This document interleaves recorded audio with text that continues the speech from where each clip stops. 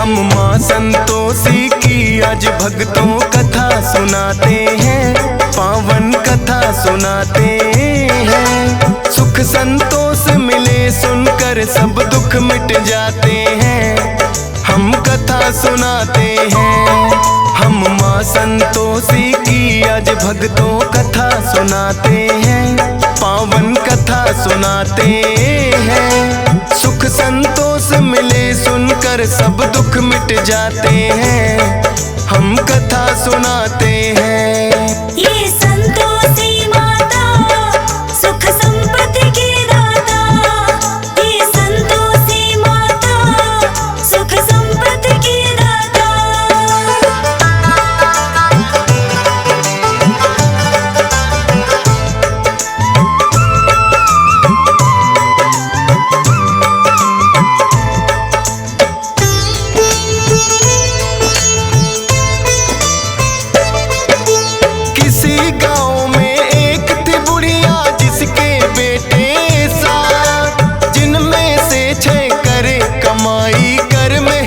दिन रात लेकिन छोटा पुत्र कुछ भी ना करता था काम, हरदम घर में पड़ा रहे दिन रात करे आराम। लेकिन माता ठीक समय पर देती सबको खाना, करती है माँ प्यार मुझे ये था उसने माना। छोटी बहू ने एक दिन अनजाने में देख लिया, बची कुची जूठन भाइयों की उसको खिला दिया। सोचा पति मेरे इन सब की जूठन खाते हैं, पावन कथा सुनाते हैं। सुख संतोष मिले सुनकर सब दुख मिट जाते हैं, हम कथा सुनाते हैं। ये संतोषी माता सुख संपत्ति की दाता, ये संतोषी माता सुख संपत्ति की दाता।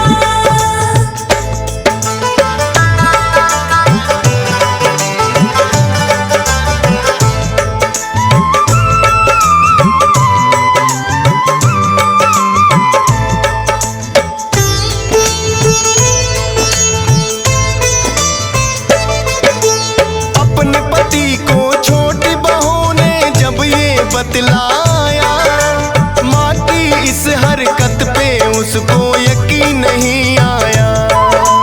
बोला अपनी आंखों से जब तक ना देखूंगा, झूठ है बात तुम्हारी या सच कैसे मानूंगा। पतली चादर ओढ़ के फिर वो गया था घर में ले, माता क्या करती है वो चुपचाप रहा था दे। माता बड़े प्रेम से 6 भाइयों को रही खिला, बची कुची जूठन का फिर एक लड्डू बना लिया।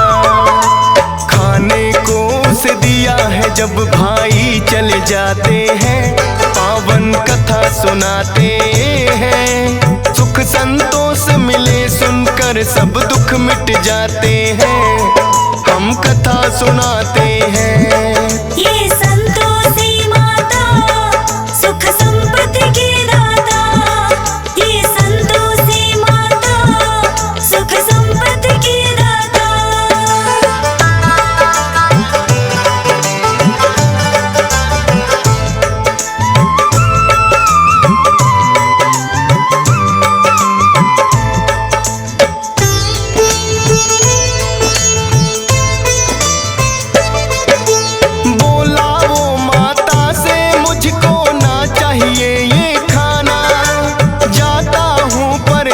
मुझे भी चाहिए कुछ है कमाना।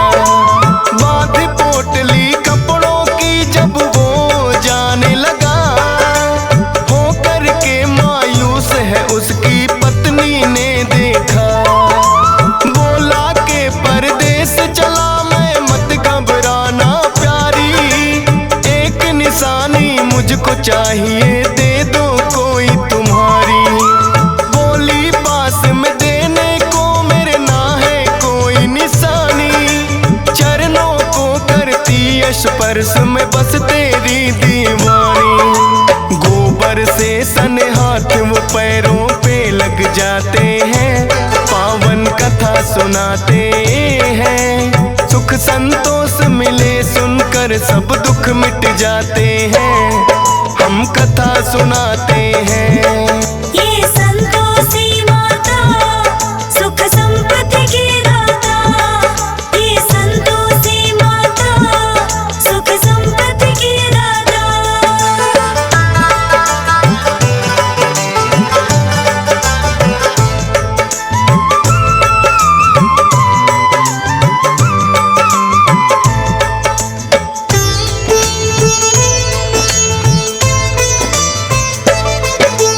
करने लगा नौकरी जाकर साहूकार के पास, लेकिन घर में पत्नी उसकी रहने लगी उदास, क्योंकि उसकी सास के उस पे बढ़ गए अत्याचार। बात बात पे डांट पड़े और पड़ती है कभी मार, सहती रही वो जुल्म सास की, करती क्या बेचारी। नहीं पति सुध लेने वाला थी उसकी लाचारी। रोज लकड़ियां लेने को जंगल में जाती थी, भूसे की रोटी लेकिन उसे सास खिलाती थी। देखे राह पति की लौट के कब वो आते हैं, पावन कथा सुनाते हैं। सुख संतोष मिले सुनकर सब दुख मिट जाते हैं, हम कथा सुनाते हैं। ये संतोषी माता सुख संपत्ति की दाता, ये संतोषी माता सुख संपत्ति की दाता।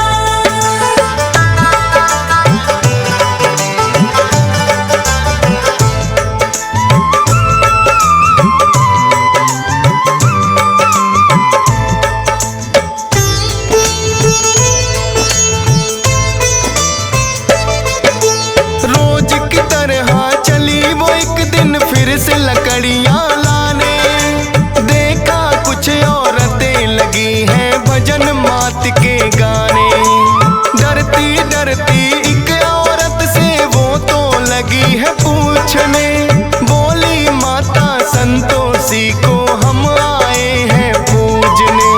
माता संतोषी के किए हैं 16 शुक्रवार, करना है उद्यापन व्रत का हमको तो इस बार। 16 शुक्रवार व्रत जो माता के करती, मनोकामना हो पूर्ण माँ झोली है भरती।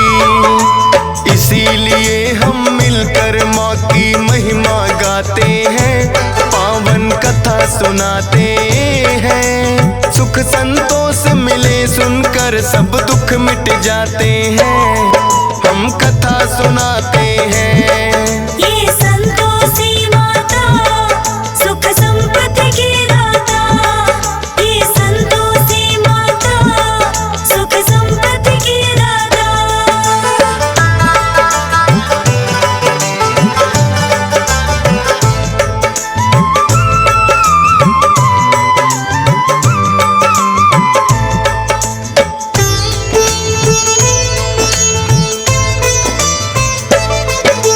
सुनकर उसकी बातें उसने मन में प्रण लिया, 16 शुक्रवार करूंगी मैं भी तेरी माँ।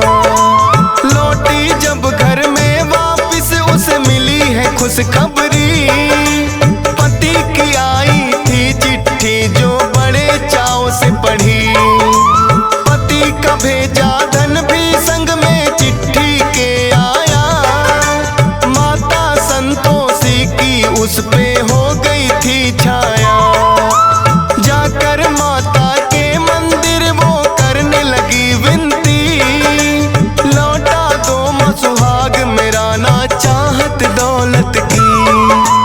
उसके पति फिर अपने सेठ से छुट्टी चाहते हैं, पावन कथा सुनाते हैं। सुख संतोष मिले सुनकर सब दुख मिट जाते हैं, हम कथा सुनाते हैं। ये संतोषी माता सुख संपत्ति की दाता, ये संतोषी माता सुख संपत्ति की दाता।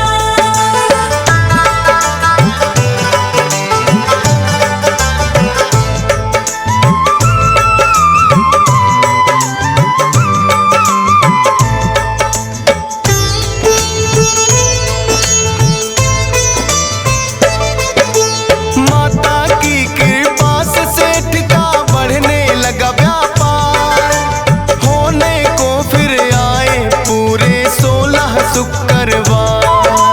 धन और दौलत दे के सेठ ने उसको किया विदा, आकर के जंगल में फिर वो पत्नी से है मिला।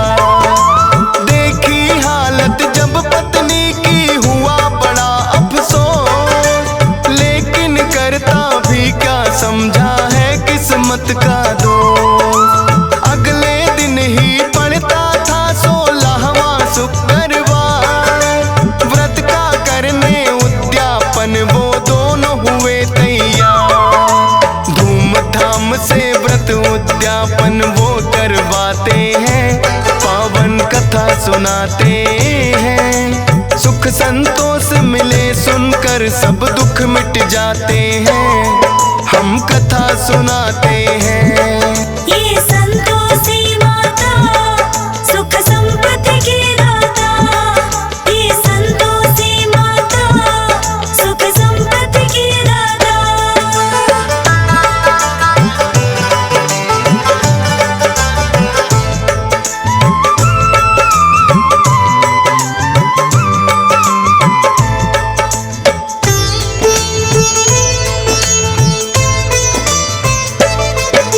सभी जेठानी मिल कर के कोई लगी सोचने चार, थोड़े दिन में हो गए कैसे दोनों माला माल। व्रत उद्यापन इन दोनों का पड़े भंग करवाना, बेटे को वो बोली दक्षिणा लेके खटाई खाना। जलन भावना से है उन्होंने कर दी चतुराई, माता के भंडारे में भी मिला दी सबने खटाई। माता संतोषी ने फिर तो ऐसा कोप किया, हाथ पैर उनके हुए टेढ़े मार गया लकवा। दोनों माता संतोषी से माफी चाहते हैं, पावन कथा सुनाते हैं। सुख संतोष मिले सुनकर सब दुख मिट जाते हैं, हम कथा सुनाते हैं। ये संतोषी माता सुख संपत्ति की दाता, ये संतोषी माता सुख संपत्ति की दाता।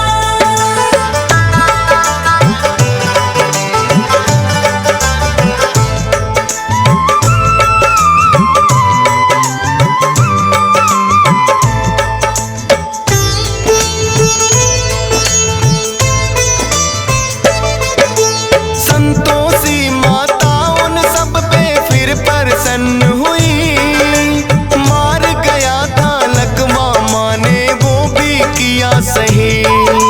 व्रत उद्यापन बड़े चाव से मिलकर सबने किया, सारे ही परिवार पे हो गई माँ की फिर से दया।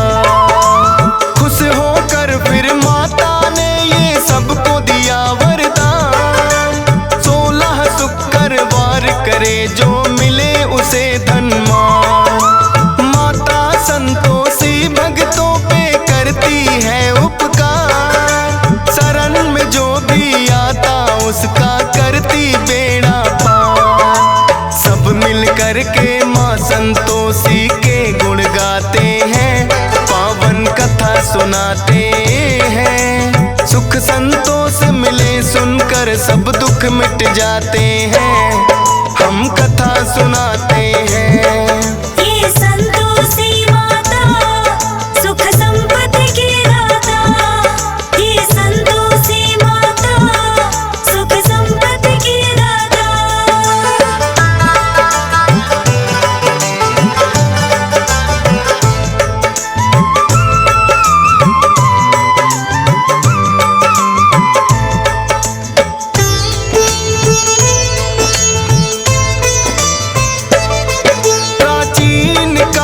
तूने सुनी है जाती जो ये कही कथा, 16 शुक्रवार की भक्तों तब से चली प्रथा।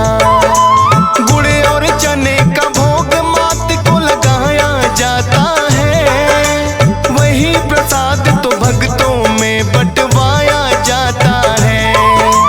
चरणों में तेरे करता विनती हंसराज रिलहन, सुबह शाम करता माता के चरणों में वंदन।